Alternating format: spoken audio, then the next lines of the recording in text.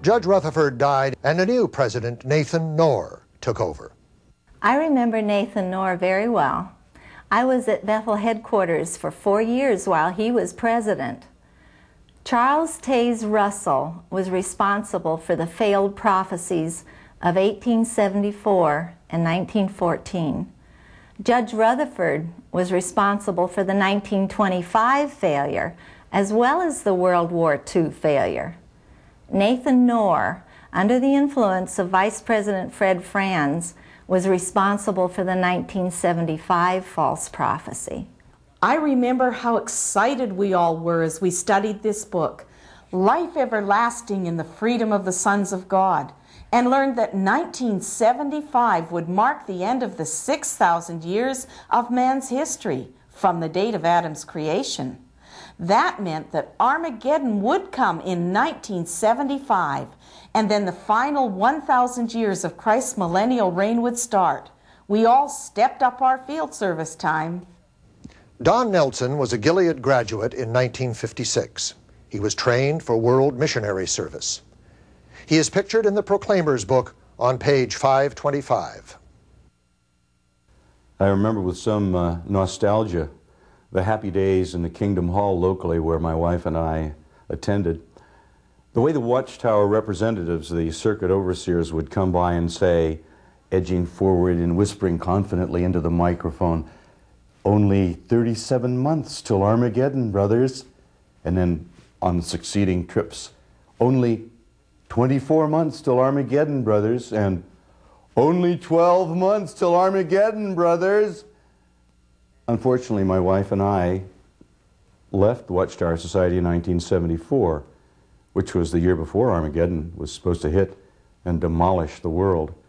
So we never did find out how the circuit overseers dealt with "Only 1 month till Armageddon, brothers," or "Only 1 month after Armageddon, brothers," because we had by this time found out the lie of the Watchtower chronology, and we saw it for what it really was, inane, insane. 1974 was a very difficult time for me. I was freaking out. I had to make a decision, a critical decision, because my wife had to undergo surgery and the doctor said she needed a blood transfusion. And I had to make the decision. And the brothers were encouraging me to make the right decision to please Jehovah, because after all, Armageddon was only a year away, and even if she died, she'd be resurrected right away. You could just imagine the fear. I had so much fear. It was so frightening. I was near death. I was in the hospital, and the brothers and sisters told me to take my stand for Jehovah and don't accept a blood transfusion. If I accepted the blood transfusion, I would die at Armageddon. If I didn't and I died, I'd be resurrected. The Great Tribulation was coming. It was 1974, and 1975 was at our doorstep. And by staying loyal to Jehovah, I would be resurrected.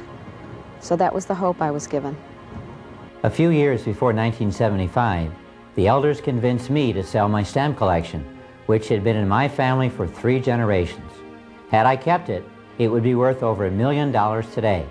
When the date 1975 failed, I realized that they were wrong, and I soon left the organization.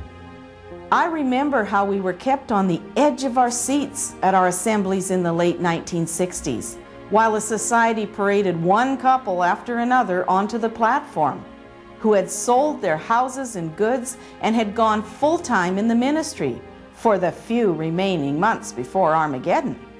Some remortgaged their homes. Some emptied their bank accounts. My family and I sold our home and moved to where the need was greater, so all could hear the message of the Watchtower prior to 1975. Well, in 1973, I started a company called Trimline, which eventually employed about 1,500 Jehovah's Witnesses through literally hundreds of distributors. There were many that came to me. They wanted to go into business so they could pioneer.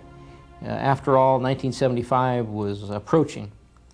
And then as 75 got closer, though some criticized me, even calling me the ridiculer of 2 Peter. And I just told them, well, when the Watchtower stops growing, I'll stop growing. And of course, here we are today, many years later. I remember the hush that fell over us Jehovah's Witnesses at the assembly when the announcement was made to hold Bible studies no longer than 6 months. In view of 1975 coming up fast, one brother conducted 16 Bible studies, but at the end of 6 months, he had none. The circuit overseer told us not to be upset when our Bible studies fizzled out. He said, those people had had their chance and did not deserve to live in Jehovah's New Order if they couldn't make up their minds to be Jehovah's Witnesses in 6 months. We were told to go out and look for others and hurry. 1975 came and went without Armageddon and without the ushering in of the 1,000-year reign of Christ. All were to be destroyed other than Jehovah's Witnesses. How did the Watchtower Society handle this embarrassment? As usual, the Society blamed its members for the failed prophecy, just as they had done in the past. President Nathan Knorr took a back seat as Vice President Fred Franz tried to cover up the failure. He started with denial. Franz admitted disappointment on the one hand, but on the other hand, he refused to admit his guilt in setting the date. He said he hadn't been specific, but he had. He said he didn't definitely say Armageddon would come by 1975. He only said it might. But anyone attending the assemblies knew otherwise. Much more was said than was printed. So you see, 1975 was a major disappointment to all. When Nathan Knorr died in 1977, Fred Franz went on to become president of the Society. Did he continue to deny responsibility for the 1975 failure? Fred Franz continued to deny his responsibility for 1975. I had the opportunity to personally confront Franz in a telephone interview and pointed out to him that his denials held little weight. After all, he had been very specific about 1975 in the publications, and I read him a few quotes. I told him that's why Jehovah's Witnesses gave up everything for 1975. It was Franz who forced them to believe 1975 would see the end. He was now at a loss for words. His own statements had condemned him. He was a false prophet, and I told him so. We have certainly seen many pertinent historical facts misrepresented or missed entirely in the Proclaimer's book. Yet within its pages we do find many potentially self-condemning admissions, if we look for them. On page 641, we still find the claim, in spite of continually changing doctrine and failed prophecies, that Jehovah's Witnesses are advancing in the light of truth. We need to ask, what is this latest light? Even after their last prophetic blunder, they just can't resist hinting around about dates for the end of the world. They are still clinging to 1914 as the starting point for the last generation, and several references in their publications now seem to point to the year 2000. This would make the last generation a long one indeed. From 1914 to 2000 is a total of 86 years.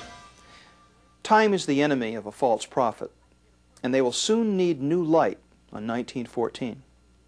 I have been watching the history of the Watchtower Society all of my life, both inside and outside the organization, and I feel Isaiah 8:20 applies to them. If they speak not according to this word, it is because there is no light in them. The Proclaimer's book makes much of the human leadership over Jehovah's Witnesses and how this mantle of authority was passed on after the death of each president. But they have made certain false statements concerning how Jehovah's Witnesses looked at these leaders.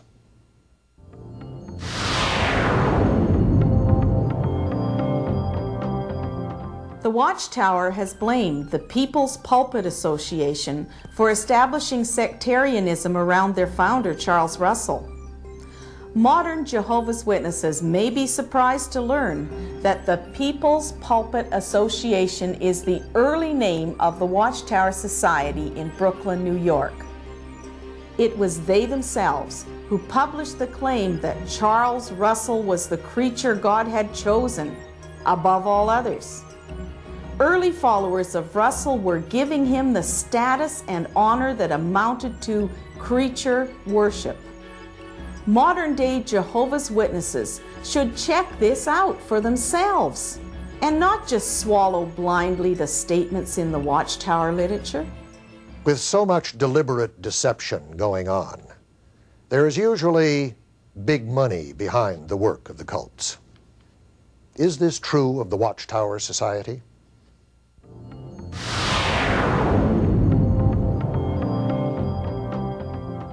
One has only to look at the property purchased by the Watchtower Society in Brooklyn, New York, and outlying regions. This is some of the highest priced real estate in the world, and they have the cash to purchase it. Those of us who worked long hours at headquarters did so for a pittance. We believed we were serving God. We were willing slaves for the Watchtower organization and helped to make it a wealthy publishing company. Money poured in from the congregations and workers in the field.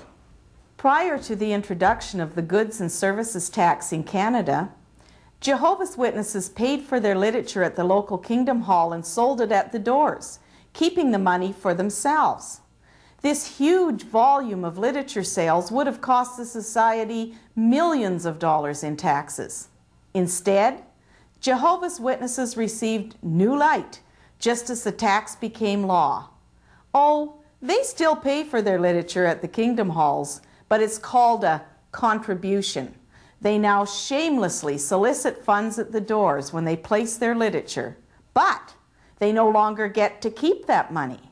They must hand it over to the society as well. How clever of the Watchtower Society. Now they get paid twice for all their literature and are getting richer than ever.